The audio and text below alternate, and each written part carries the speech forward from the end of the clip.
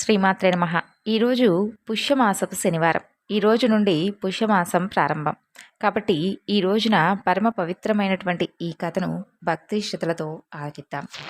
ఒకనాడు శని భగవానుడికి మానవులెవరూ కూడా తనను భక్తితో సేవించడం లేదని, భయంతో మాత్రమే స్వామిని పూజిస్తున్నారని విచారం కలుగుతుంది.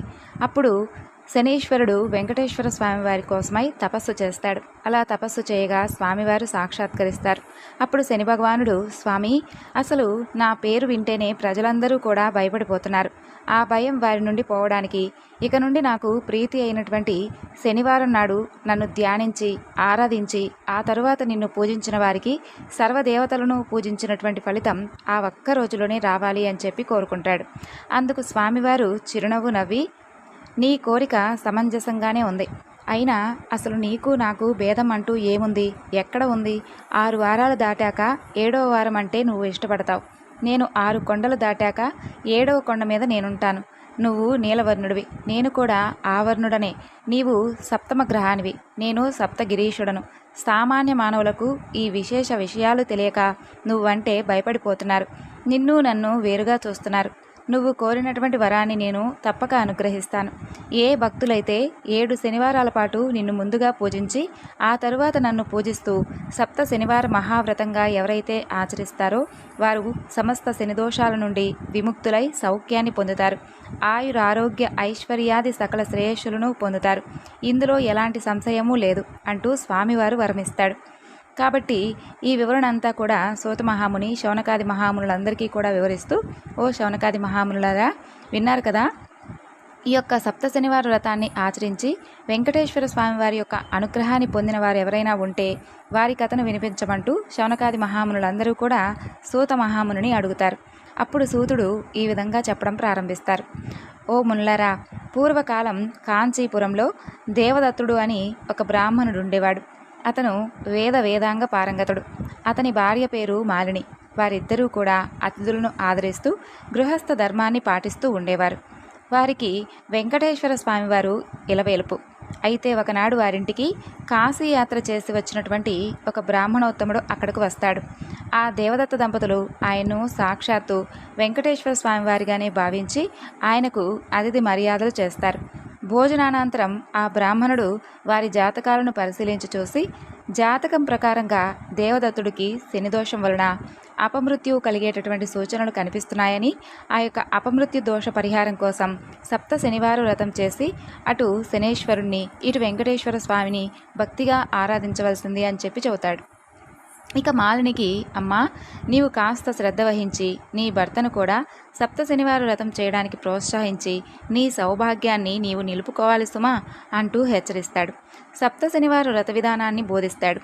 దేవదత్తుడు ఆ శనివారం బ్రహ్మముహూర్తాన్ని లేచి స్నాన ధ్యానాదులు నిర్వర్తించి ఇంటిలో ఈశాన్య భాగాన పూజాపీఠం పెట్టి మండపం వేసి వెంకటేశ్వర స్వామివారి చిత్రపటం పెట్టి నైవేద్యానికి కొబ్బరికాయలు, అరటిపళ్ళు, నల్లద్రాక్ష పళ్ళు, 7 చిమ్మిలి ఉండలు సిద్ధం చేసుకుని ఉదయం పూజ చేసి ఒక బ్రాహ్మణుని పిలిచి ఆయనకు భోజనం పెట్టి ఆ తరువాత వారు భుజించి మొదటి రోజు వ్రతం యథావిధిగా నిర్వర్తిస్తారు.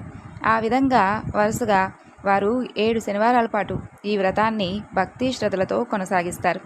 7వ శనివారం వ్రత పరిసమాప్తి చేసి సప్త శనివార వ్రత కథను చెప్పుకొని భోజనం చేసి కొంతసేపు వెంకటేశ్వర స్వామివారి మహిమలను స్మరించుకుంటూ నిద్రిస్తారు. ఇక ఆ దంపతులు భక్తి శ్రద్ధలకు, పూజా విశేషాలకు ఎంతో ప్రసన్నుడై వెంకటేశ్వర స్వామివారు మాలినీదేవికి స్వప్నంలో సాక్షాత్కరించి, ఓ పరమసాధ్వి, మీ దంపతులు ఇద్దరూ కూడా శ్రద్ధాభక్తులతో చేసినటువంటి సప్త శనివార వ్రతానికి నాకు చాలా సంతృప్తి కలిగింది. ఆ వ్రత ప్రభావం వలన నీ భర్తకు శనేశ్వర దోషం, అపమృత్యుభయం రెండూ కూడా తొలగిపోయాయి. అతనికి రాబోయే జన్మలో ఆయుర్దాయాన్ని తీసి ఈ జన్మలోకి తీసుకువచ్చి ఇతన్ని పూర్ణాయుర్దాయం కలవాణ్ణి చేశాను. ఇక మీరిద్దరూ సుఖశాంతులతో ఆనందంగా 100 ఏళ్ల పాటు జీవించి ధర్మార్థ కామ మోక్షాలనేటటువంటి 4 పురుషార్థాలను సాధించుకుంటూ మీ మానవ జన్మను సార్థకం చేసుకోండి అంటూ దీవించి స్వామి అదృశ్యుడవుతాడు.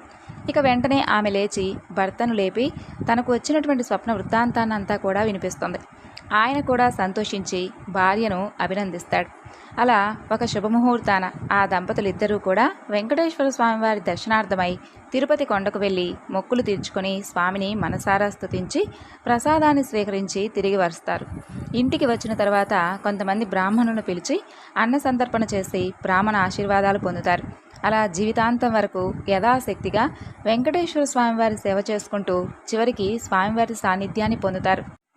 కలో శ్రీ వెంకటనాయక అంటూ పెద్దల సూక్తి. కలియుగంలో వెంకటేశ్వర స్వామిని మించినటువంటి ఆరాధ్య దైవం లేడు.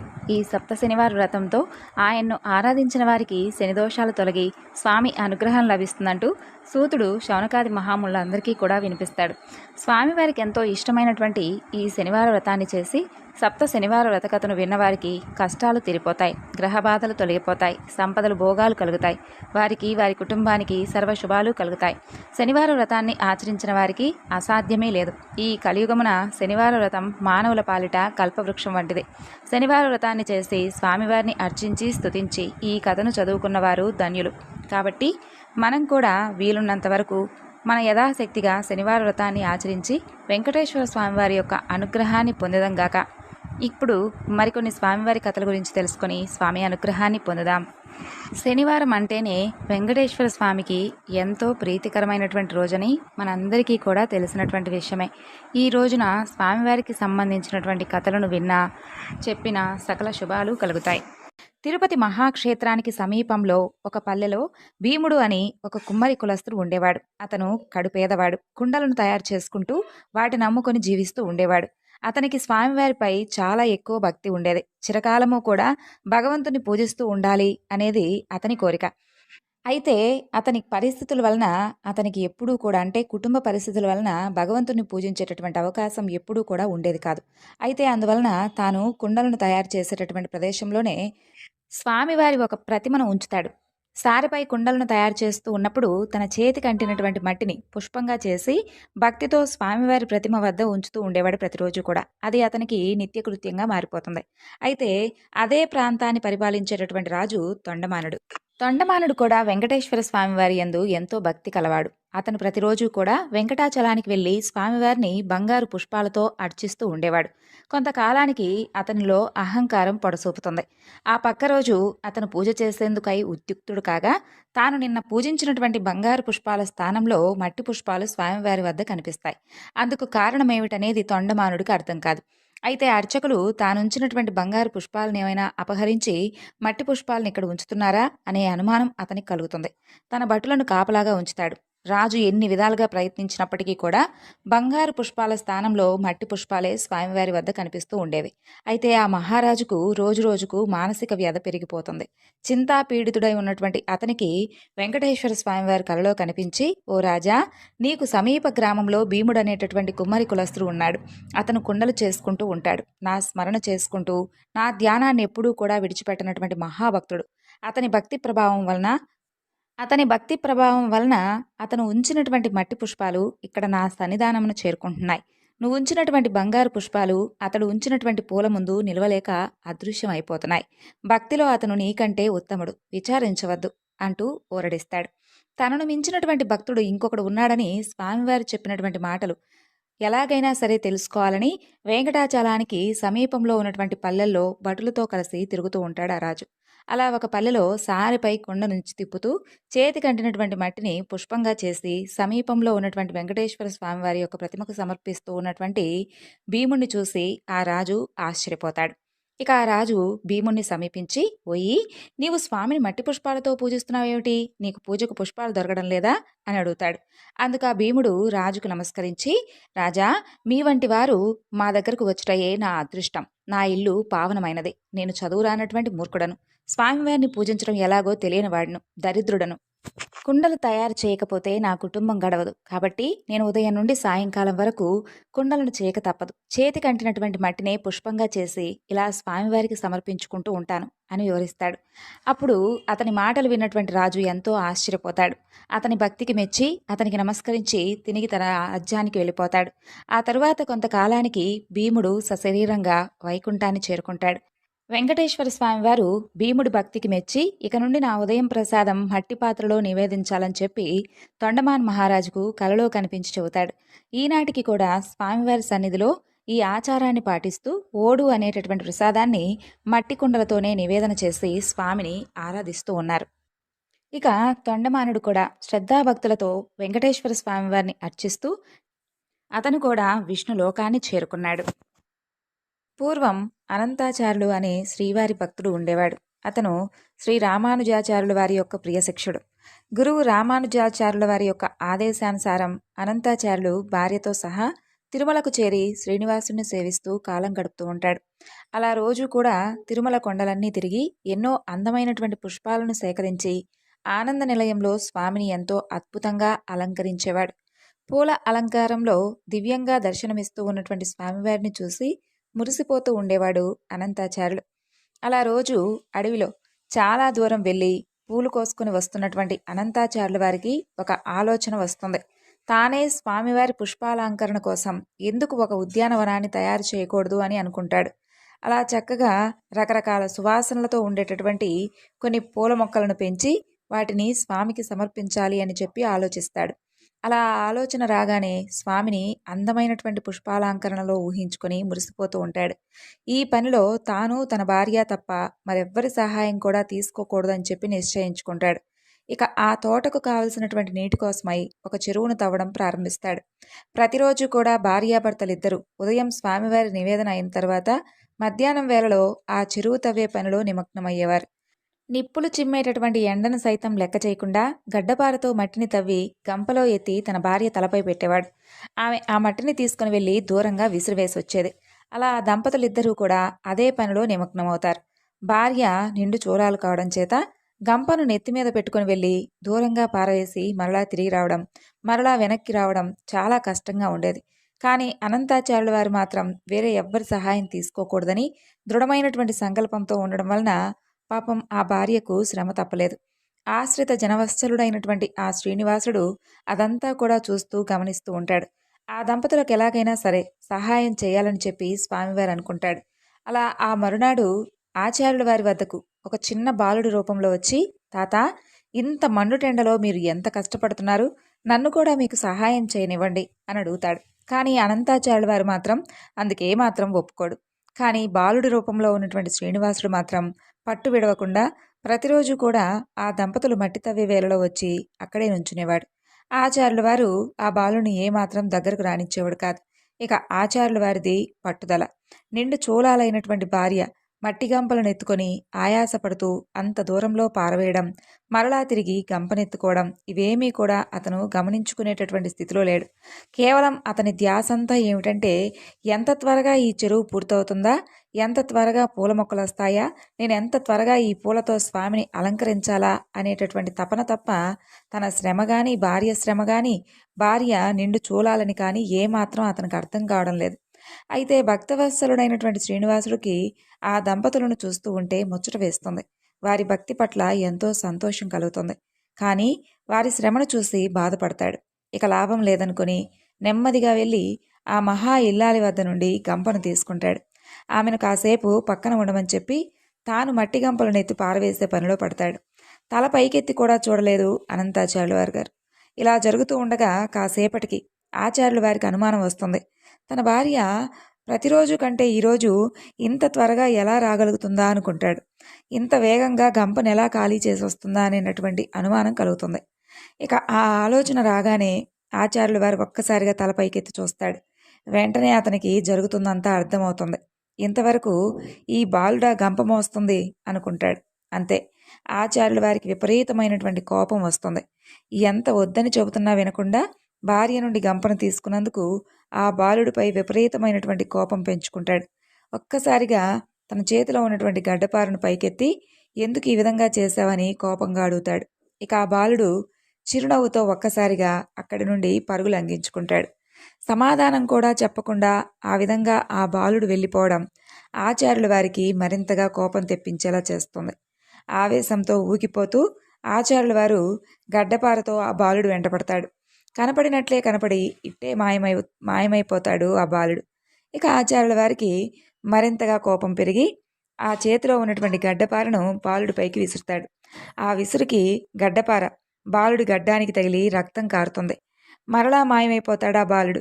ఆ బాలుడికి దెబ్బ తగలడంతో కొంచెం శంకించినటువంటి ఆచార్యుల వారు మరలా కనపడకుండా పోతాడా అనుకుని వెనుతిరిగి వెళ్ళిపోతాడు.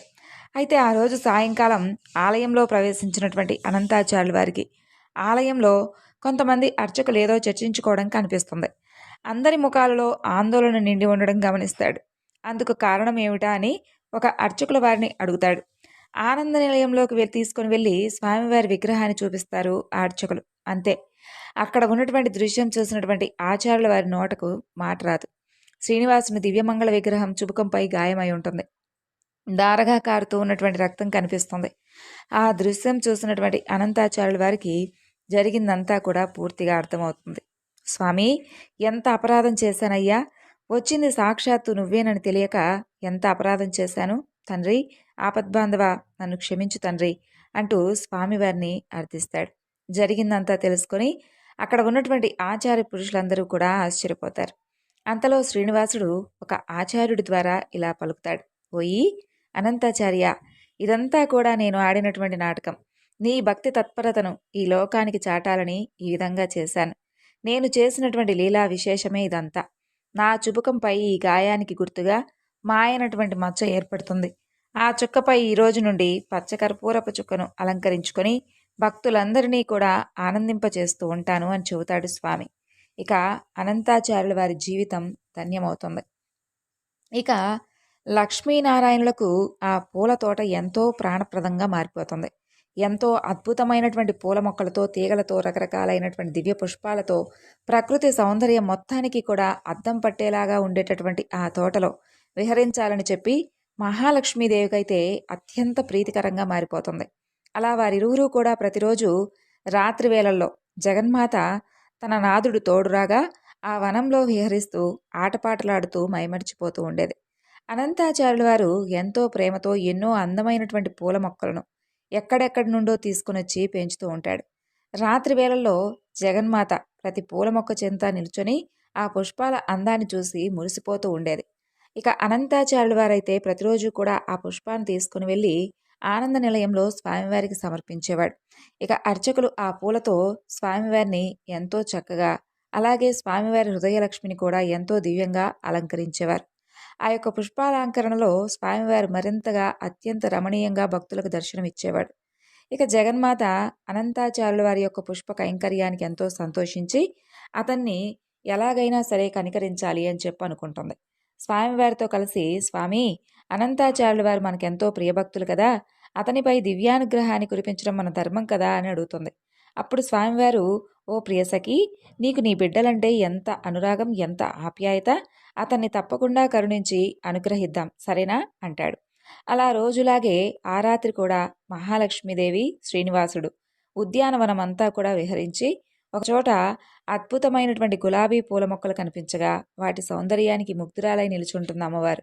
అప్పుడు స్వామివారు 2 గులాబీ పూలను తెంపి తన ప్రియసఖి అయినటువంటి మహాలక్ష్మీదేవి సిగను అలంకరిస్తాడు. జగన్మాత పులకరించిపోతుంది. అలా కొంచెం ముందుకు వెళ్ళిన తర్వాత ఆమెకు అద్భుతమైనటువంటి మల్లెతీగ కనిపిస్తుంది. అందులో నుండి గుప్పెడు మల్లెపూలు తీసుకొని స్వామివారిపై విసురుతుంది. ఇక స్వామివారు కూడా కొన్ని పూలను తెంపి అమ్మవారిపై వేస్తాడు. ఆ విధంగా వారిద్దరూ కూడా రాత్రి ఉద్యానవనం అంతా కూడా విహరించి ఎంతో ఆనందిస్తారు. ఇక ఉదయం పూలు కోసుకోవాలని చెప్పి వచ్చినటువంటి అనంతాచార్యుల వారికి తోట మొత్తం నలిగినటువంటి పూలతో చిందరవందరగా కనిపిస్తుంది. ఎవరో దొంగలు రాత్రి ప్రవేశించి తోటంతా కూడా పాడు చేశారే అనుకుంటాడు. అక్కడక్కడ కొన్ని పూలను కోసుకొని ఆనంద నిలయంలో స్వామికి సమర్పిస్తాడు. ఆ రోజు రాత్రి శ్రీమన్నారాయణుడు, మహాలక్ష్మీదేవి తిరిగి తోటకొస్తారు.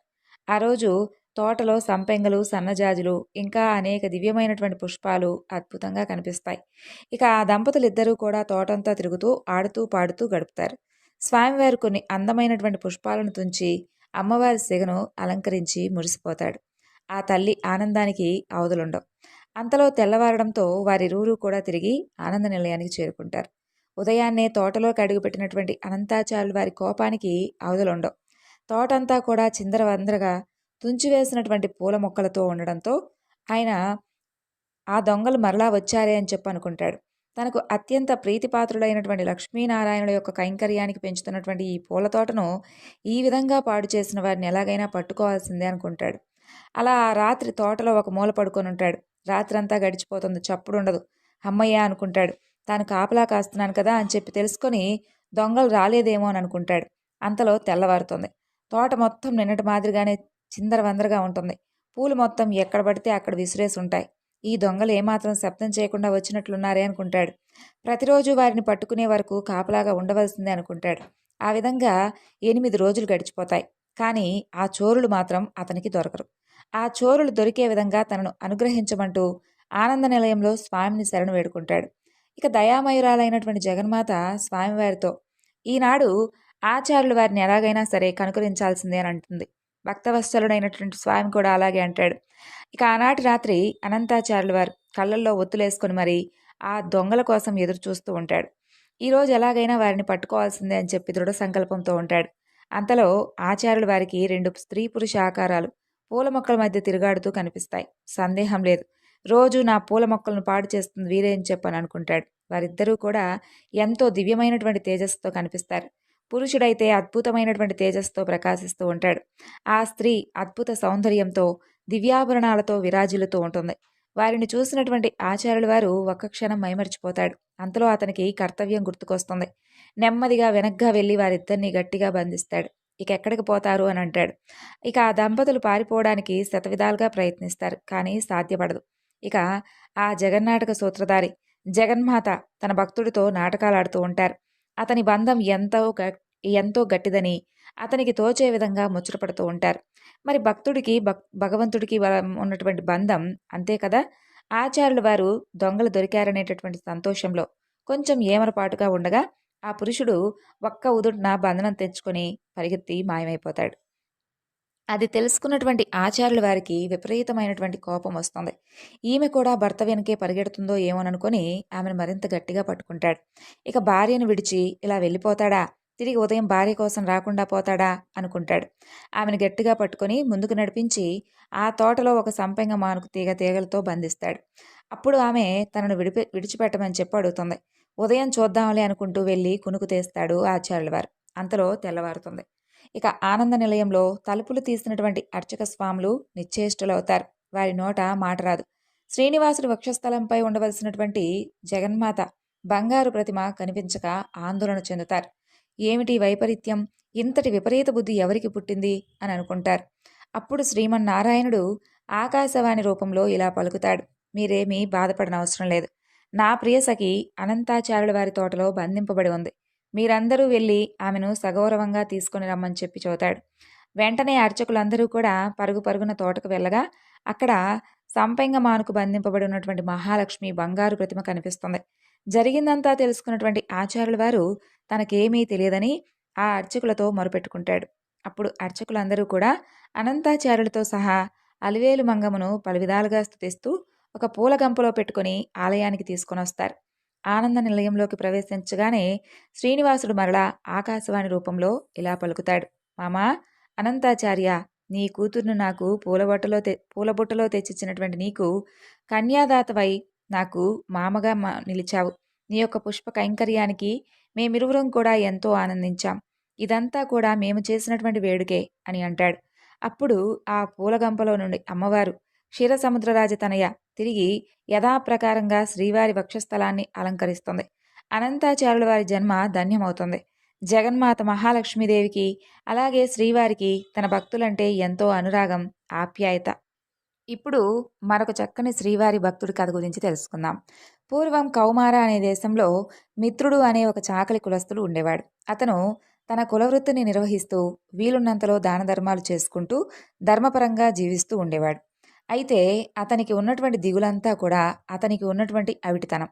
అతని కాలు అవిటిది కావడం వలన అతను ఉతికినటువంటి బట్టలను మూటలు కట్టి ఇంటింటికి తిరిగివ్వడం అతనికి చాలా కష్టంగా అనిపించేది. దానికి తోడు గంపెడంత సంసారం. కష్టపడకపోతే పూట గడవదు. ఎల్లప్పుడూ కూడా స్వామినే ప్రార్థిస్తూ ఉండేవాడు. ఏదో ఒక రోజున ఆ స్వామి తనను కరుణిస్తాడు అనే నమ్మకంతో జీవనం సాగిస్తూ ఉండేవాడు. భక్తజన సులభుడైనటువంటి స్వామివారు అదంతా కూడా గమనిస్తూ ఉంటాడు. ఎవరికైనా వారి పూర్వజన్మ కర్మ నివృత్తి అయ్యే సమయానికి స్వామి ఏదో ఒక రూపంలో వచ్చి తన భక్తులను తప్పకుండా ఆదుకుంటాడు. ఒకరోజు సాయంకాలం నాడు రోజులాగే మిత్రుడు చాకిరేవు నుండి బట్టల మూటతో పట్టణానికి రొప్పుతూ తిరిగి వస్తుంటాడు. అంతలో మార్గమధ్యంలో అతనికి ఒక ముసలి బ్రాహ్మణుడు తారసిల్లుతాడు. సహజంగానే భక్తి శ్రద్ధలు ఎక్కువగా ఉండడం వలన మిత్రుడు భుజం మీద ఉన్నటువంటి మూటలన్నీ కింద పెట్టి బ్రాహ్మణుడికి నమస్కరిస్తాడు. అప్పుడు ఆ బ్రాహ్మణుడు, నాయనా, ఈ అవిటికాళ్ళతో నువ్వు ఎంత బాధపడుతున్నావు కదా, నీ బాధ చూడటానికి చాలా కష్టంగా ఉంది, నువ్వెంత కష్టపడుతున్నావో అంటాడు. అప్పుడు మిత్రుడు, స్వామి, మీరెవరో మహానుభావుల్లా ఉన్నారు, గంపెడు సంసార భారం చేత నాకు ఈ పని తప్పడం లేదు, ఈ అవిటితనం పోయే మార్గం ఉంటే సెలవివ్వండి అంటూ విన్నవించుకుంటాడు. అప్పుడు ఆ ముసలి బ్రాహ్మణుడు, నాయనా, తప్పకుండా చెబుతాను, సావధానంగా విను. నీ అవిటితనం పోవడమే కాదు, నీకు అష్టైశ్వర్యాలు కలిగించేటటువంటి ఒక వ్రతం ఉంది, దాని గురించి చెబుతాను. ఆ వ్రతం ఆచరించినటువంటి మరుక్షణం నీకు 1000 వరహాలు లభిస్తాయి. అయితే మాత్రం ఒక షరతు, అందులో సగం నాకు సమర్పించాలి. రేపు మరలా ఇదే సమయానికి ఇక్కడికే వస్తాను, సరేనా అని చెబుతాడు. అప్పుడు మిత్రుడు, స్వామి, ఇంతకు మించినటువంటి మహాభాగ్యం ఏముంటుంది? ఆ వ్రతమేదో, ఆ వ్రత విధానం ఏమిటో చెప్తే ఈరోజే ఆచరిస్తాను, సెలవివ్వండి అంటూ ప్రార్థిస్తాడు. అప్పుడు ఆ బ్రాహ్మణుడు వెంకటేశ్వర స్వామివారి వ్రతకల్పం గురించి వివరంగా చెబుతాడు. ఇక మిత్రుడు ఎంతో ఉత్సాహంతో ఇంటికి వచ్చి జరిగినటువంటి విషయమంతా కూడా తన భార్యకు చెప్పి ఇరుగు పొరుగు వారిని అందరినీ ఆహ్వానించి స్వామివారి వ్రతాన్ని ఆచరించి తీర్థ ప్రసాదాలు తాను స్వీకరించి వచ్చిన వారికి కూడా పంచుతాడు. అంతలో ఇంటి బయట ఏదో కోలాహలం వినిపిస్తుంది. మిత్రుడి కుమారుడు బయట నుండి ఇంట్లోకి పరుగు పరుగున వచ్చి, అయ్యా, రాజభటులు నీకోసం వచ్చారు, రాజుగారు నీకు కట్న కానుకలు పంపించారట అని చెబుతాడు. అంతలో రాజభటులు వచ్చి మిత్రుణ్ణి రాజుగారి ఆస్థానంలో చాకలిగా నియమించారని 1000 వరహాలు బహుమానంగా పంపించారని చెప్పి మిత్రుడి చేతిలో 1000 వరహాల మూటను పెడతారు. ఒక వారం లోపల వచ్చి రాజుగారి కొలువులో చేరవలసిందే అని చెబుతారు. మిత్రుడి ఆనందానికి అవధులుండవు. వారం దాకా ఎందుకు, రేపే వెళ్ళాలనుకుంటూ మూటాముల్లా సర్దుకొని మరుసటి రోజు తెల్లవారుజామునే ప్రయాణమవుతాడు. అయితే ఆ ఆనందంలో ఆ ముసలి బ్రాహ్మణుడికి ఇచ్చినటువంటి మాట గురించి మర్చిపోతాడు. దారి మధ్యలో అతనికి గుర్తుకొస్తుంది. అయితే అలా గుర్తుకురాగా, ఏముందిలే, ఒక నెల తర్వాత కలవచ్చులే అనుకుంటాడు. వెళ్ళి రాజుగారి ఆస్థానంలో చేరుతాడు. రోజులు నెలలు గడిచిపోతూ ఉంటాయి. ఆ బ్రాహ్మణుడికి ఇచ్చినటువంటి మాటను పూర్తిగా మర్చిపోతాడు. అంతే, బ్రాహ్మణ రూపంలో వచ్చినటువంటి స్వామికి కోపం వస్తుంది. అసలు ఈ మానవ నైజం ఇంతే కదా అనుకుంటాడు. తన మహత్యం ఏమిటో తెలియజేయాలని చెప్పి నిర్ణయించుకుంటాడు. మర్నాడే రాజుగారి ఆస్థానంలో రాణిగారి నగలు మాయమైపోతాయి. ఆ అభాండం ఈ మిత్రుడి మీద పడుతుంది. మిత్రుడికి కఠిన కారాగార శిక్ష పడుతుంది. రాజభటులు మిత్రుని పలు విధాలుగా శిక్షిస్తారు. ఎందుకు ఈ విధంగా జరిగింది, ఎందుకు నాపై ఇంతటి అభాండం పడింది అని అనుకుంటూ మిత్రుడికి ఆ రాత్రి నిద్ర కూడా పట్టదు. ఇక ఆ రాత్రి స్వామివారి కలలో కనిపించి, వృద్ధ బ్రాహ్మణుడి రూపంలో నీ దగ్గరకు వచ్చింది నేనేనని, నాకిచ్చినటువంటి మాటను నిలబెట్టుకోకపోవడం వల్లనే ఈ విధంగా జరిగింది అని చెబుతాడు. అప్పుడు మిత్రుడు, స్వామి, నేను పాపాత్ముణ్ణి, ఎంతో అపరాధం చేశాను, దయచేసి నన్ను కరుణించండి. ఇక మీదట తప్పకుండా ప్రతి నెలా మీ వ్రతాన్ని ఆచరిస్తాను, మిమ్మల్ని ఎట్టి పరిస్థితిలోనూ మర్చిపోను, దయచేసి నన్ను కరుణించండి స్వామి, నా సంపాదనలో సగభాగం ప్రతి నెలా జీవితాంతం తమకే సమర్పించుకుంటాను అని చెంపలు వేసుకుని స్వామివారిని పరిపరి విధాలుగా వేడుకుంటాడు. భక్తజన సులభుడైనటువంటి స్వామి అందుకు సంతోషించి మిత్రుని వెంటనే అనుగ్రహిస్తాడు. శ్రీవారి అనుగ్రహం చేత రాణిగారి నగలు వేరే ప్రదేశంలో మరుసటి రోజుమే దొరుకుతాయి. మిత్రుడు ఆ యొక్క దొంగతనం చేయలేదని చెప్పి తెలుసుకొని రాజు జరిగిందంతా తెలుసుకున్న తర్వాత మిత్రుణ్ణి కారాగారం నుండి విడిచిపెడతాడు. అప్పటి నుండి మిత్రుడు స్వామివారికి ఇచ్చినటువంటి మాట ప్రకారంగా ప్రతి నెలా కూడా వెంకటేశ్వర స్వామివారి యొక్క వ్రతాన్ని భక్తి శ్రద్ధలతో ఆచరిస్తూ స్వామిని ఎప్పుడూ కూడా మర్చిపోకుండా తన సంపాదనలో, తనకు వచ్చినటువంటి సంపాదనలో సగభాగం స్వామివారికే సమర్పించుకుంటూ సంతోషంగా కాలం గడిపాడు.